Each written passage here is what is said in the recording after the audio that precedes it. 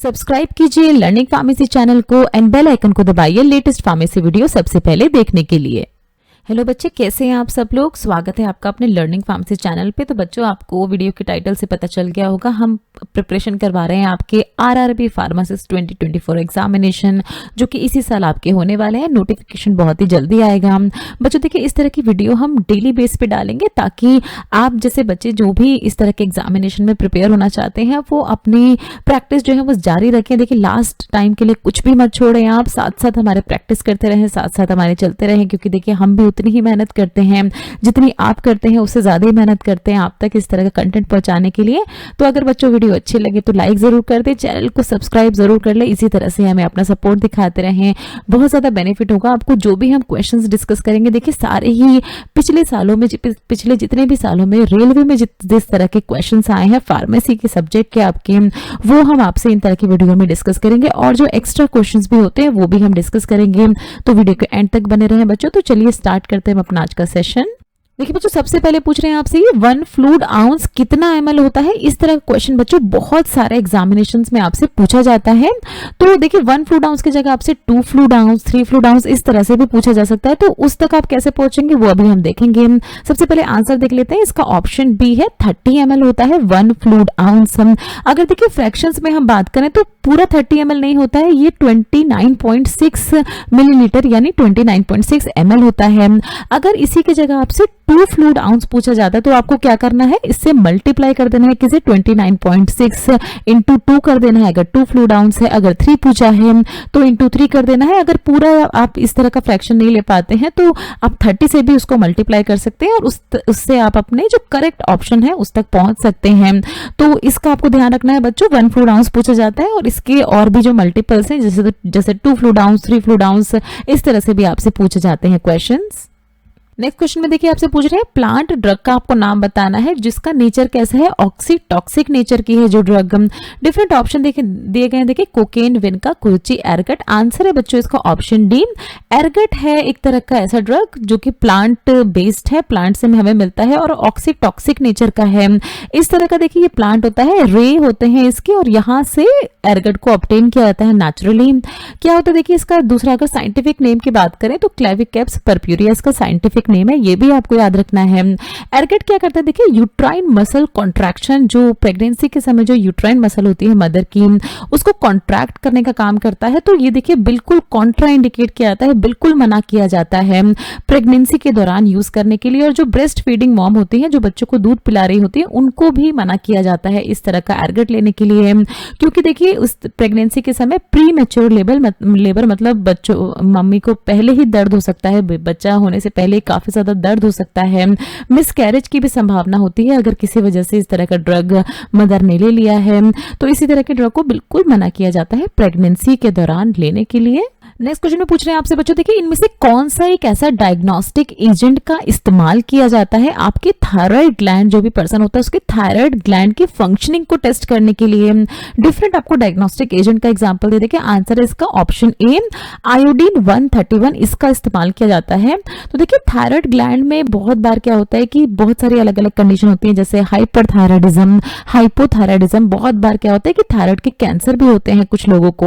तो उन केस में क्या किया जाता है, इस तरह से टेस्टिंग की जाती है। ये जो आइसोटोप होता है आयोडीन 131, इसको एडमिनिस्टर किया जाता है पर्सन की बॉडी में। किस तरह से लिया जाता है, या तो ये छोटे छोटे कैप्सूल्स होते हैं आयोडीन 131 की, या ओरल सॉल्यूशन के फॉर्म में पहले उस पर्सन को ओरली इस तरह के कैप्सूल्स जो है उनको दिया जाता है, ओरल सॉल्यूशन को दिया जाता है। और उसके बाद क्या होता है, ये जो सॉल्यूशन, ये आयोडीन 131 ये पूरी ही तरह एब्जॉर्ब कर लिया जाता है किसके द्वारा, थायराइड ग्लैंड के द्वारा, जिससे टेस्टिंग करने में काफी आराम हो जाता है जो भी फिजिशियन होता है उनको। और देखिए कौन कौन सी कंडीशन, जैसे हमने अभी बताया, हाइपरथायराइडिज्म यानी ओवर रिएक्टिव अगर थायराइड है, हाइपोथायराइडिज्म यानी अंडर रिएक्टिव है थायराइड, और बहुत सारे जैसे थायराइड के ट्यूमर्स वगैरह होते हैं, थायराइड में इन्फ्लेमेशन होते हैं जिसको हम थायराइडाइटिस कहते हैं। तो ये भी आपको याद रखना है। तो इन तरह की कंडीशन के लिए इस तरह का आइसोटोप का इस्तेमाल किया जाता है। थोड़ी सी अगर और नॉलेज आपको दे तो इस तरह की टेस्टिंग से पहले अगर पर्सन किसी भी तरह की थायराइड मेडिकेशंस ले रहा है, दवाइयां ले रहा है, तो उसको लेने से मना किया जाता है, किसी भी तरह के आयोडीन प्रोडक्ट को लेने से मना किया जाता है और उसके बाद इस तरह की टेस्टिंग की जाती है। नेक्स्ट क्वेश्चन में आपसे पूछना है, देखिए कोलेस्ट्रॉल का आपको एक ऐसे कॉन्स्टिट्यूएंट का नाम बताना है जिसको बैड कोलेस्ट्रॉल के नाम से जाना जाता है। ऑप्शन है देखिए वीडीएल, एलडीएल, एचडीएल या ट्राइग्लिसराइड। आंसर है बच्चों इसका ऑप्शन बी। तो देखिए लो डेंसिटी लाइपोप्रोटीन को बैड कोलेस्ट्रॉल कहा जाता है। क्यों कहा जाता है इसको बैड कोलेस्ट्रॉल? क्योंकि अगर देखिए हमारे ब्लड स्ट्रीम में अगर एलडीएल का अमाउंट जो है कंसंट्रेशन अगर बढ़ गई है तो बहुत ही ज्यादा कोलेस्ट्रॉल हमारे शरीर में बढ़ने लगता है। क्यों? क्योंकि देखिए ये एलडीएल क्या करता है, कोलेस्ट्रॉल को ट्रांसपोर्ट करने लगता है थ्रू आउट द बॉडी, और यही कोलेस्ट्रॉल जो है इसका बिल्डअप करवा देता है। मान लीजिए ब्लड वेसल है तो यहाँ पर कोलेस्ट्रॉल को जमा करवा देगा, जिसकी वजह से अब ब्लड फ्लो जो है अब ठीक से नहीं हो पाएगा, और जो आने वाली जो डिसीज है जैसे हार्ट डिसीज, ब्लड प्रेशर की डिसीज और भी बहुत सारी डिसीज जो होती हैं उसके होने के चांसेस ज्यादा होते हैं। अब देखिए आपकी एक्स्ट्रा नॉलेज के लिए बता दें कि बहुत सारे लोगों को लगता है कि ये जो एलडीएल है ये सिर्फ अगर हम फैट वाला खाना खाते हैं, बहुत तेल मसाला खाते हैं तभी हमारी बॉडी में बढ़ता है, बट ऐसा बिल्कुल भी नहीं है। बहुत सारे जेनेटिक रीजन भी होते हैं जिसकी वजह से एलडीएल बहुत सारे पर्सन्स की बॉडी में ज्यादा होता है। जेनेटिक रीजन के होने के साथ साथ अगर कुछ ऐसी मेडिकेशंस भी होती हैं जिनको खाने की वजह से भी एलडीएल बढ़ता है, और क्या है अगर बहुत ही ज्यादा सेडेंटरी लाइफस्टाइल है, फिजिकल एक्टिविटी कोई पर्सन नहीं कर रहा है, वो भी रीजन होता है एलडीएल के बढ़ने का। और अगर हम बात करें कुछ मेडिकल कंडीशन जैसे पीसीओएस जैसी कंडीशन, हाइपोथायराइडिज्म जैसी कंडीशन, उन कंडीशन में भी क्या है कि ये एलडीएल जो है ये हमारे ब्लड स्ट्रीम में बढ़ता रहता है, और इस तरह की कंडीशन फिर हमें आगे जाके हार्ट ब्लॉकेज जैसी कंडीशन देखनी पड़ सकती है। तो इसलिए आंसर था बच्चों इसका option B, LDL. Next question में पूछ रहे हैं आपसे, देखिए sterol belong to the class of, sterol किस क्लास को बिलोंग करते हैं? प्रोटीन, कार्बोहाइड्रेट, वैक्स या स्टेरॉइड्स?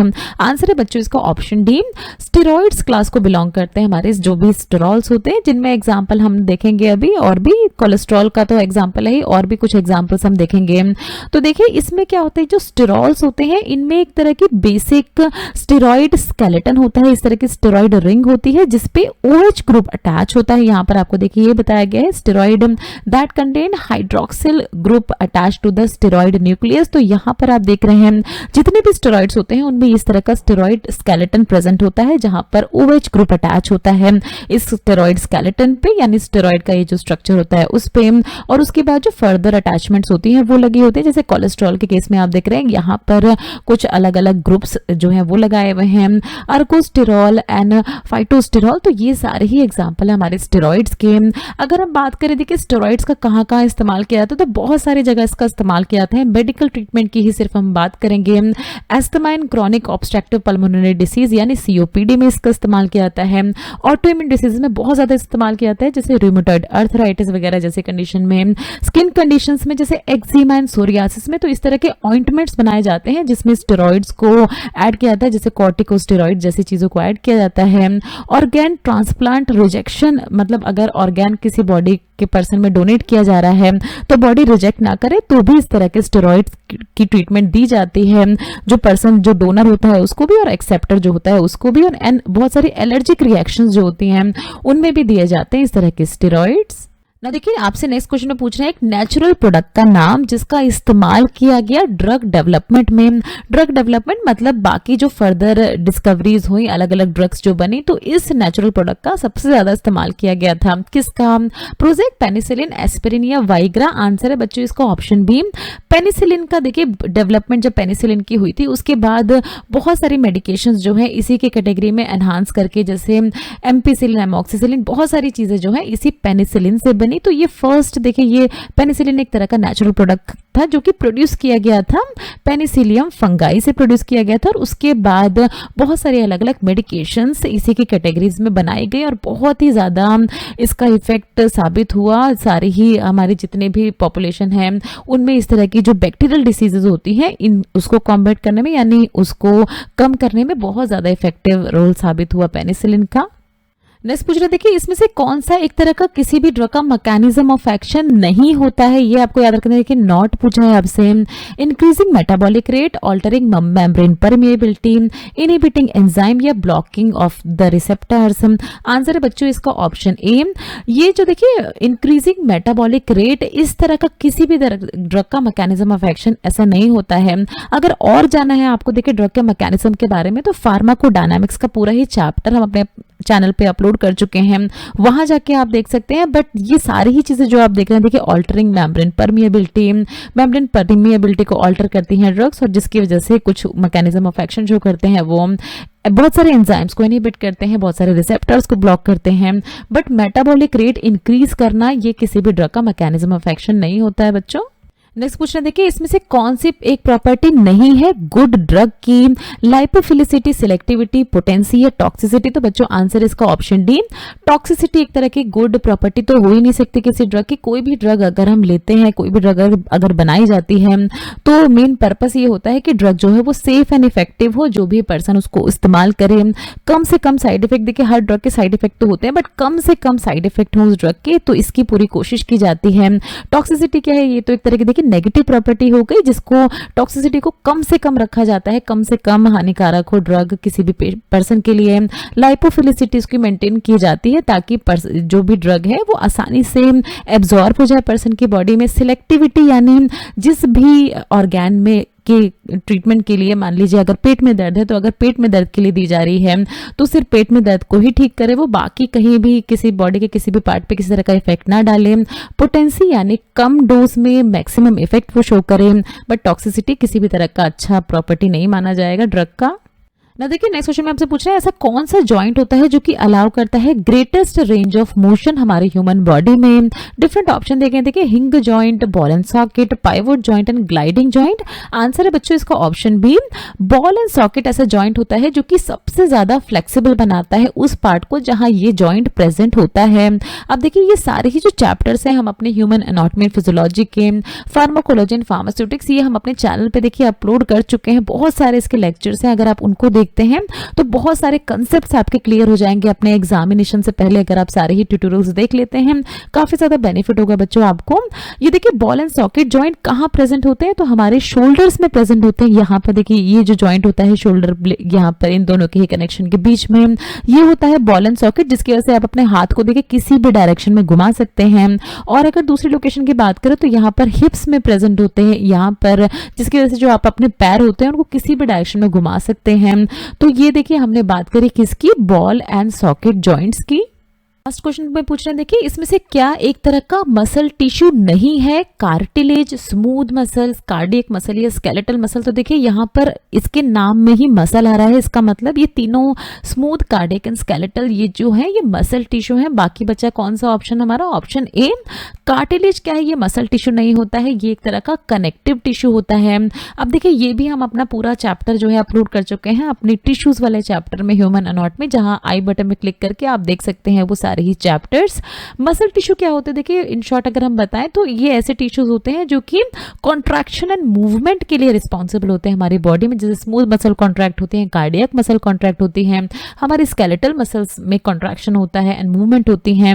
बट अगर कार्टिलेज की हम बात करें तो ये क्या करते हैं? ये सिर्फ सपोर्टिंग स्ट्रक्चर्स होते हैं, ये जो बॉडी के दो डिफरेंट पार्ट्स होते हैं उनको कनेक्ट करने का काम करते हैं इस तरह के कार्टिलेज, और जो ऑर्गन्स होते हैं उनको कनेक्ट करने का काम करते हैं इस तरह के कार्टिलेज। तो ये क्या है? एक तरह का कनेक्टिव टिश्यू है।